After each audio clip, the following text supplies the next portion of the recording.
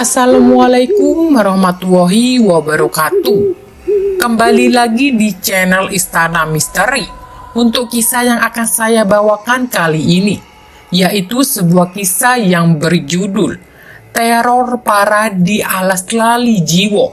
Dan sebelum kita lanjut ke ceritanya, tekan dulu tombol like video ini dan jangan lupa tekan juga tombol subscribe channel ini. Nyalakan juga lonceng notifikasinya agar tidak ketinggalan cerita-cerita baru dari channel ini.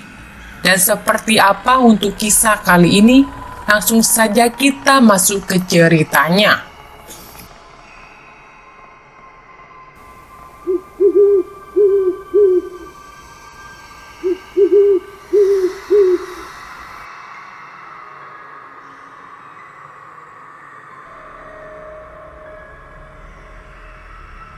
Gunung Arjuno adalah salah satu gunung berapi di Indonesia dan letusan terakhirnya terjadi pada tahun 1952. Gunung Arjuno terletak di perbatasan Kota Batu, Kabupaten Malang, serta Kabupaten Pasuruan. Pendaki dapat mendaki dari beberapa titik seperti pos sumber Brantas di Batu, Tretes di daerah Prigen, dan jalur Purwosari di Pasuruan. Nama Gunung Arjuno diambil dari salah satu tokoh legendaris dalam cerita pewayangan, yaitu Arjuna. Gunung Arjuno memiliki ketinggian 3.339 meter di atas permukaan laut dan merupakan gunung tertinggi ketiga di Jawa setelah Gunung Semeru dan Gunung Raung. Pada bulan Agustus tahun 2016, Huda dan teman-temannya mendaki Gunung Arjuno.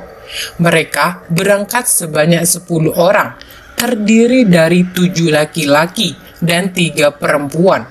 Huda menyadari bahwa saat itu banyak anggota kelompok yang pemula dan belum memiliki pengalaman mendaki gunung sebelumnya. Saat itu Huda tinggal di rumah kontrakan di Malang. Teman-temannya berkumpul di kontrakannya Huda dan membawa perlengkapan masing-masing.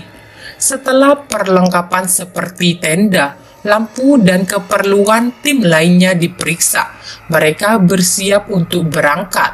Mereka berangkat dengan 5 motor dari Malang menuju base camp pendakian Gunung Arjuno di Tretes. Mereka berangkat pada hari Sabtu. Saat perjalanan, mereka sangat menikmati perjalanan dan mengobrol di jalan. Di tengah perjalanan, hujan turun mulai dari gerimis hingga hujan deras. Meskipun demikian, semangat mereka tetap menyala dan mereka melanjutkan perjalanan hingga tiba di base camp Tretes sekitar pukul 12 siang. Mereka berhenti sejenak untuk istirahat, sholat, dan mengecek kembali barang-barang bawaan mereka, terutama setelah terkena hujan selama perjalanan. Mereka mempersiapkan barang-barang mereka kembali. Huda mengingatkan teman-temannya untuk memastikan apakah ada yang belum sholat. Teman-teman yang belum sholat kemudian menunaikan sholat terlebih dahulu. Setelah itu, mereka memeriksa lagi barang-barang belanjaan dan menemukan masih ada yang kurang, sehingga salah satu dari mereka harus berbelanja lagi. Setelah semuanya lengkap, mereka mengadakan briefing kecil dan membagi tugas selama pendakian. Harapannya, pendakian kali ini sesuai dengan rencana dan tidak ada hal-hal yang tidak diinginkan. Huda ditunjuk sebagai tim leader dan navigator karena pada tahun 2014, ia pernah mendaki Gunung Arjuno melalui jalur Tretes. Teman-temannya mempercayakan semuanya kepada Huda. Namun Huda menjelaskan bahwa ia hanya bisa menjadi navigator sampai di Alas Lali Jiwo karena ia agak lupa jalur setelahnya. Teman-temannya awalnya protes, tetapi setelah Huda memberikan penjelasan, mereka bisa menerimanya. Sebelum memulai pendakian, mereka berdoa bersama. Setelah selesai berdoa, mereka mulai perjalanan pendakian. Perjalanan awalnya santai, dengan suasana sejuk dan asri, serta jalanan yang tidak terlalu curam. Pos pertama yang mereka tuju adalah Pet Bocor, yang dinamakan demikian karena ada pipa bocor yang mengalirkan air ke penduduk di bawah, sehingga para pendaki bisa mengambil air di sana. Mereka berhenti sejenak di Pet Bocor untuk beristirahat, minum, dan bercanda. Setelah itu, mereka melanjutkan perjalanan menuju pos selanjutnya, yaitu pos Kokopan. Perjalanan mulai menanjak dan hari mulai sore. Mereka jalur terjal dan menanjak. Perjalanan masih terasa menyenangkan dengan banyak candaan. Saat suasana mulai gelap, mereka tiba di pos Kokopan saat maghrib. Mereka segera mendirikan tenda dan bermalam di sana. Sebuah keputusan yang bijaksana untuk menghindari perjalanan malam yang beresiko. Malam itu, cuacanya cerah dan mereka bisa melihat pemandangan taburan bintang yang indah. Bagi teman-teman yang sudah pernah di pos Kokopan, mereka bisa melihat pemandangan bintang yang seolah-olah bisa digapai karena begitu dekat. Setelah mereka berbincang sejenak, mereka langsung beristirahat dan tidur dengan nyenyak tanpa gangguan.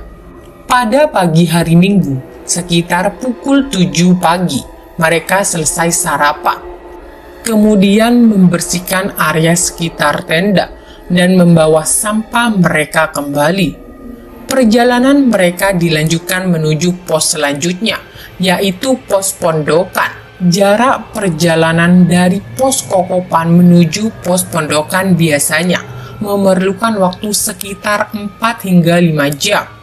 Namun, karena mereka berjalan santai dan menikmati perjalanan, terutama dengan banyaknya pendakian pemula dalam rombongan, mereka harus sering beristirahat. Mereka tiba di pos Pondokan sekitar pukul 16.30 sore. Perjalanan dari pos Kokopan ke pos Pondokan memakan waktu sekitar 6 jam. Di pos Pondokan, mereka hanya berhenti sebentar. Huda menyarankan agar mereka bermalam di Lembah Kidang, yang jaraknya tidak terlalu jauh dari pos Pondokan. Setelah istirahat sejenak, mereka melanjutkan perjalanan menuju Lembah Kidang dan tiba di sana sekitar pukul 17 sore. Mereka segera mendirikan tenda, membersihkan area di sekitar tenda, dan mulai memasak. Sekitar pukul 19.30 malam, makanan sudah siap dan mereka makan bersama. Setelah makan, Huda meminta agar teman-temannya segera istirahat, karena mereka akan bangun sekitar pukul 12 malam dan langsung menuju puncak. Huda juga memperingatkan bahwa suhu malam nanti akan lebih dingin dibandingkan saat ini, sehingga mereka perlu menjaga kondisi fisik mereka. Di Lembah Kidang terdapat sekitar 3 tenda, 2 tenda milik rombongan Huda dan 1 tenda milik rombongan pendaki dari Surabaya. Sekitar pukul 21.30 malam, mereka semua masuk ke tenda dan berusaha untuk istirahat. Mereka melihat bahwa tenda pendaki dari Surabaya sudah sepi. Mungkin mereka sudah tidur lebih awal. Namun, sekitar pukul 22 malam, Huda tidak bisa tidur dan mulai mendengar suara gemerincing lonceng. Huda mencoba menerka suara tersebut dan merasa bingung, karena suara lonceng itu terdengar jelas dan terus mendekat ke tenda mereka. Huda mulai panik, tetapi berusaha tenang karena teman-temannya belum tidur. Setelah sekitar 10 menit, suara lonceng itu menjauh dan terdengar seperti menuju jalur puncak. Namun, setelah suara lonceng menghilang, tiba-tiba muncul suara lain yang aneh, yaitu seperti ada beberapa orang yang berkeliling dan mengelilingi tenda mereka. Huda tidak tahu apakah itu sekumpulan hewan atau sesuatu yang lain, tetapi mereka bergerombol dan terus-menerus berputar mengelilingi tenda. Huda hanya bisa berdoa dalam hati dan berharap tidak terjadi hal buruk. Setelah terdengar suara sosok yang mengelilingi tenda, lama-kelamaan terdengar suara berisik di luar tenda yang sangat ramai, seperti suara pasar yang sangat bisik. Suasananya yang awalnya hening dan sepi tiba-tiba berubah menjadi sangat ramai dan bising tanpa ada tanda-tanda sebelumnya. Suara tersebut tiba-tiba menjadi sangat gaduh dan obrolan yang terdengar tidak jelas. Dalam situasi tersebut, salah satu teman Huda yang perempuan dari tenda sebelah mulai bertanya-tanya dan merasa khawatir. Bertanya apakah itu normal. Huda mencoba menenangkan teman-temannya, terutama yang perempuan dari tenda sebelah, dengan mengatakan agar mereka berdoa dan berpikir positif. Tiba-tiba, suara-suara tersebut menghilang secara tiba-tiba, tanpa ada tanda-tanda sebelumnya. Huda akhirnya bisa tidur dan beristirahat. Sekitar pukul 1.30 dini hari, mereka bangun, mulai memasak air hangat, dan membuat minuman hangat agar mereka tetap terjaga. Selama ini tidak ada pembahasan mengenai kejadian yang baru saja terjadi. Huda berpikir mungkin teman-temannya takut membahasnya, sehingga mereka memilih diam. Setelah istirahat sejenak dan meminum minuman hangat, mereka mulai bersiap-siap, berdoa dan berangkat menuju puncak. Suasana saat itu dingin dan gelap, hanya terdengar suara hewan malam dan sesekali suara ranting pohon yang tertiup angin. Dalam perjalanan awal, rombongan Huda bertemu dengan rombongan pendaki dari Surabaya yang ternyata sudah berjalan lebih dulu. Mereka hanya terdiri dari 2 orang dan sedang turun. 2 pendaki dari Surabaya menjelaskan bahwa mereka sudah berangkat 1 jam lebih awal dari rombongan Huda. Tetapi mereka terjebak dan berputar-putar di alas Lali Jiwo. Mereka merasa takut dan akhirnya memutuskan untuk kembali ke tenda dan tidak melanjutkan pendakian ke puncak. Huda dan teman-temannya berterima kasih atas informasi tersebut dan meminta doa agar mereka selamat kembali ke tenda dan base camp. Dalam perjalanan menuju puncak, Adam mengambil alih sebagai navigator, sementara Huda hanya bisa memberikan petunjuk seadanya. Huda sebelumnya sudah mengungkapkan bahwa ia tidak ingin menjadi navigator setelah mencapai alas Lali Jiwo, karena ia merasa kurang familiar dengan jalur tersebut. Alas Lali Jiwo dikenal angker dan sering menyesatkan pendaki dengan banyak kejadian pendaki tersesat atau meninggal di sana. Biasanya, pendaki yang menuju puncak Arjuno memilih untuk berangkat malam hari agar mereka bisa menyaksikan matahari terbit atau sunrise di puncak. Huda sudah ragu sejak awal untuk menjadi navigator di alas Lali Jiwo, dan khawatirnya terbukti benar ketika rombongan Huda yang berjumlah 10 orang terus-menerus berputar-putar di jalur yang sama, merasa bingung dan kehilangan arah. Mereka terus melewati alas Lali Jiwo, namun jalur yang mereka lewati selalu sama. Setelah sekitar 10 menit berjalan, mereka kembali melewati jalur yang sama, sehingga mereka merasa seperti linglung dan tidak percaya dengan kenyataannya. Salah satu anggota rombongan yang perempuan akhirnya angkat suara dan bertanya mengapa tidak ada yang bersuara, mengingat mereka sudah melewati jalur yang sama 3 kali dan masih bolak-balik di jalur tersebut. Namun semua orang diam karena mereka paham bahwa mereka sebenarnya sedang berputar-putar di jalur yang sama, tetapi sudah tidak bisa berbicara lagi. Huda kemudian memutuskan untuk berhenti sejenak dan menyarankan agar mereka berdoa bersama lagi. Dengan rasa takut dan panik, mereka berdoa bersama sebelum melanjutkan perjalanan. Meskipun setelah berdoa, perjalanan mereka tetap tidak ada perubahan. Mereka masih berada di jalur yang sama hingga sekitar 2 jam kemudian. Baru setelah 2 jam, mereka akhirnya menemukan jalur yang benar. Setelah menemukan jalur yang benar, beberapa dari mereka mengucapkan Alhamdulillah karena mereka akhirnya menemukan jalan yang jelas dan kembali ke jalur yang benar. Mereka melanjutkan perjalanan, namun jalan pendakian semakin menanjak dan di atas tanjakan terdapat tikungan ke kanan. Saat mereka mendaki tikungan ini, beberapa dari mereka melihat sosok pocong yang berdiri persis di jalur tikungan.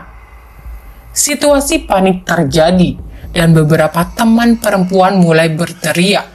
Huda berusaha menenangkan teman-temannya dan meminta mereka untuk tetap tenang dan tidak melihat sosok pocong tersebut.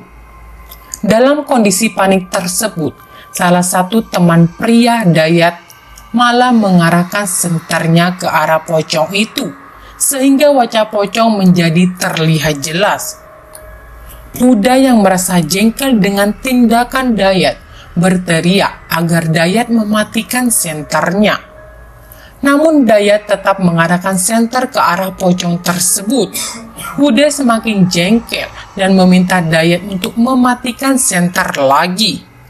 Dayat akhirnya mematikan senter, tetapi beberapa detik kemudian dia menyalakan lagi dan mengarahkan ke wajah pocong. Huda benar-benar bingung dengan tindakan Dayat. Kemudian Huda tiba-tiba menyadari maksud Dayat. Ternyata Dayat sengaja mengarahkan cahaya senter ke arah pocong untuk memastikan pocong tersebut tidak bergerak atau setidaknya mereka bisa melihat arah perpindahannya jika pocong tersebut bergerak. Dalam situasi seperti ini, memang penting untuk pintar memanfaatkan situasi dan menjaga mental agar tetap berani ketika menghadapi hal-hal semacam ini. Huda baru menyadari bahwa tidak semua orang melihat sosok pocong tersebut. Hanya 7 orang yang melihat, sedangkan 3 teman lainnya dengan santai mengatakan, "Yuk kita istirahat di sini dulu, capek setelah tanjakan tadi." Mereka yang tidak melihat pocong tersebut merasa santai, sedangkan 7 orang yang telah melihat pocong merasa lega saat 3 orang tersebut setuju untuk istirahat di tempat lain yang sedikit lebih tinggi. Menurut Huda, sosok pocong tersebut masih ada di sana dan malah berbalik badan dengan wajahnya menghadap rombongan mereka. Setelah mereka naik sedikit, sosok pocong itu sudah tidak terlihat lagi, sehingga mereka bisa beristirahat. Namun, 7 orang tersebut tidak menceritakan tentang sosok pocong yang baru mereka lihat kepada 3 orang yang lain. Ketika mereka melanjutkan perjalanan, mereka sampai di sebuah hutan lebat yang benar-benar gelap. Tiba-tiba kondisi menjadi sangat ramai dengan suara orang-orang yang tertawa kencang dan seolah-olah menertawakan mereka. Suara tersebut sangat mengerikan dan membuat mereka merinding. Setelah itu, banyak bayangan hitam yang melintas dari satu pohon ke pohon lainnya. Beruntung pengalaman ini tidak berlangsung lama. Setelah mereka berjalan sekitar setengah jam, matahari mulai terbit dan jam menunjukkan pukul 5.15. Dengan munculnya cahaya matahari, rasa takut mereka mulai memudar dan semangat mereka kembali bangkit.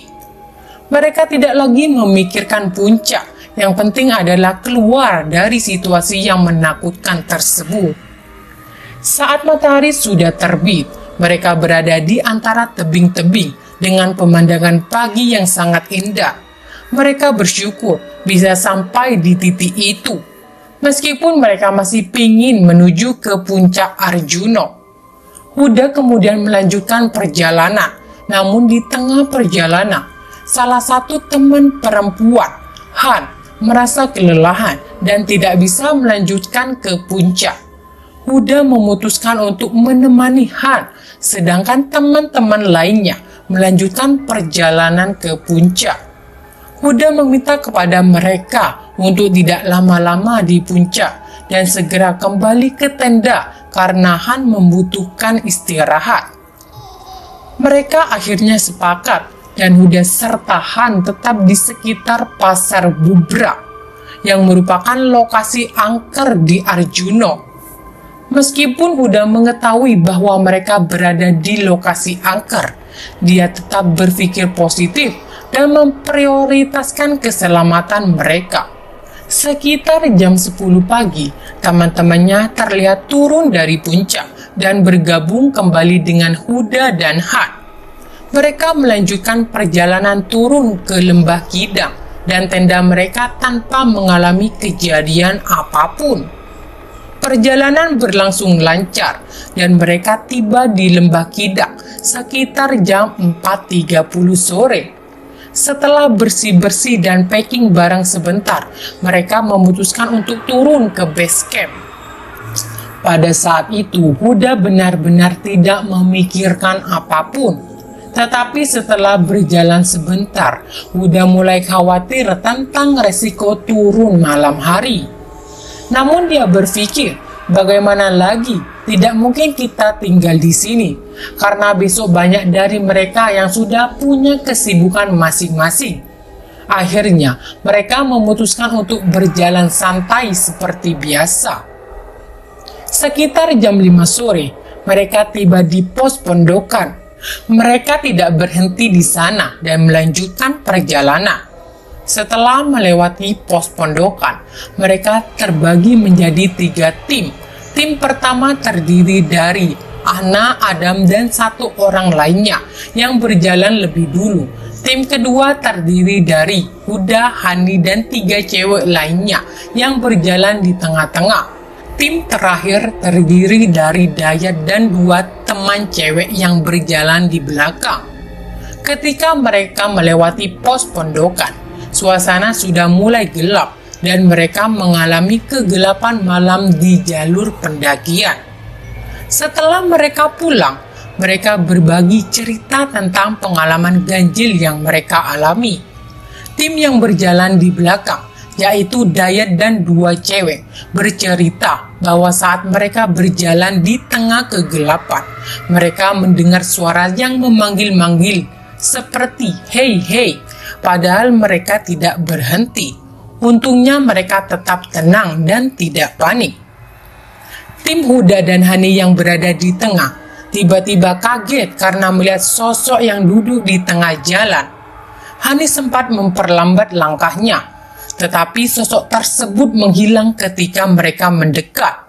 Sementara itu, Ana yang berada di tim depan bersama Adam merasa ada beban berat di punggungnya dan melihat sosok besar dengan mata merah dan rambut acak-acakan di atas tas ranselnya. Ana merasa ketakutan dan menangis histeris setelah melihat sosok tersebut. Ketika mereka terpisah menjadi 3 tim, Huda mendengar tangisan Ana yang tidak berhenti. Sehingga Huda memutuskan untuk mengumpulkan kembali tim dan bergabung. Setelah mereka berkumpul lagi, Ana masih terus menangis. Mereka akhirnya sampai di pos kokopan.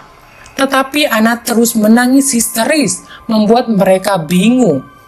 Huda memutuskan untuk menggelar bacaan tahlil untuk Ana. Mereka menuju ke gubuk di pos kokopan dan mulai membacakan doa tahlil bersama. Meskipun tangisan Ana mulai mereda, gangguan lain tiba-tiba dirasakan oleh teman-teman yang lain. Saat mereka membacakan tahlil, ada sosok perempuan yang muncul, melayang dengan rambut panjang dan duduk persis di belakang mereka. Melihat sosok tersebut, Lulu panik. Lulu berbisik kepada Huda, "Mas, jangan lama-lama di sini, lanjut saja jalan. Ada cewek yang datang di belakang." Akhirnya, bacaan tahlil pun dipercepat oleh Huda. Setelah selesai, kondisi anak agak membaik dan dia tidak menangis lagi seperti sebelumnya. Mereka melanjutkan perjalanan turun. Dan meskipun Ana tidak lagi menangis, dia terus-menerus menunduk selama perjalanan. Namun teror belum berhenti. Bahkan Huda sempat melihat daun pisang yang bergerak-gerak sendiri. Padahal daun pisang lainnya tetap diam dan tidak ada angin. Seluruh perjalanan turun malam itu terasa sangat berat dan panjang, meskipun mereka berusaha berjalan cepat. Mereka ingat terakhir kali mereka bergerak dari pos Kokopan sekitar jam 10 malam dan belum sampai di pos Pet Bocor hingga sekitar jam 3 dini hari. Sudah hampir 5 jam lebih mereka berjalan dan belum juga mencapai pos Pet Bocor. Huda dan teman-teman mulai merasa putus asa dan sangat lelah, baik secara mental maupun fisik. Setelah mengalami situasi tersebut, Huda, Dayat, dan Adam melakukan diskusi kecil dan memutuskan untuk beristirahat di samping jalur pendakian. Kebetulan di samping jalur ada tanah yang tidak terlalu lapang, jadi mereka hanya menyebarkan matras dan beristirahat tanpa tenda atau perlengkapan lainnya. Mereka langsung tertidur lelap karena kelelahan. Untungnya malam itu tidak ada kejadian apapun yang menimpa mereka. Mungkin karena saking capeknya, jika ada gangguan mereka mungkin tidak menyadarinya. Sekitar pagi hari, mereka bangun dan melanjutkan perjalanan turun ke base camp. Mereka tiba di base camp Tretes sekitar jam 9 pagi. Langsung membersihkan diri, mandi dan makan di warung. Setelah itu mereka menuju ke kontrakan Huda yang ada di Malang.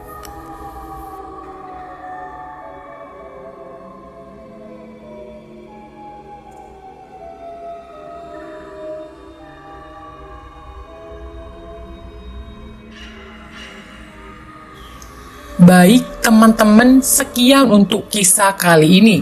Bagaimana menurut kalian tentang kisah ini? Tulis di kolom komentar. Dan buat teman-teman yang baru bergabung, jangan lupa untuk like, comment, share, serta subscribe channel ini. Dan nantikan kisah-kisah horor berikutnya. Tetap di channel Istana Misteri. Terima kasih. Wassalamualaikum warahmatullahi wabarakatuh.